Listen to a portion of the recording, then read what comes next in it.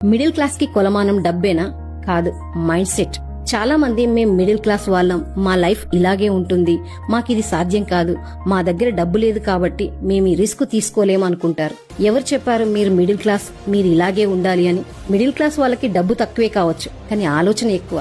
కష్టాల్లో కూడా నవ్వడం నేర్చుకున్న వీరులు మీరు. ఒక చిన్న తప్పుడు నిర్ణయం తీసుకుంటే లైఫ్ మళ్లీ మొదటికొస్తుందో ఏమో అన్న భయంతో రిస్క్ తీసుకోరు. అంతేకాని మీరు తలుచుకుంటే ఈ లైఫ్ నుండి బయటకు రావడం పెద్ద కష్టమేం కాదు. కొత్త అవకాశాలు వెతుక్కుంటూ స్మార్ట్ గా సంపాదిస్తే మీరు మీ లైఫ్ ని నెక్స్ట్ లెవెల్ కి తీసుకెళ్లగలరు. ముందు నేను మిడిల్ క్లాస్ వాణ్ణి అనే ట్యాగ్ ని మర్చిపోండి. మిమ్మల్ని ఆపేది మీ పరిస్థితులు కాదు, మీ ఆలోచనే. మీ మైండ్ సెట్ మారిన రోజే మీ లైఫ్ లో కొత్త చాప్టర్ మొదలవుతుంది.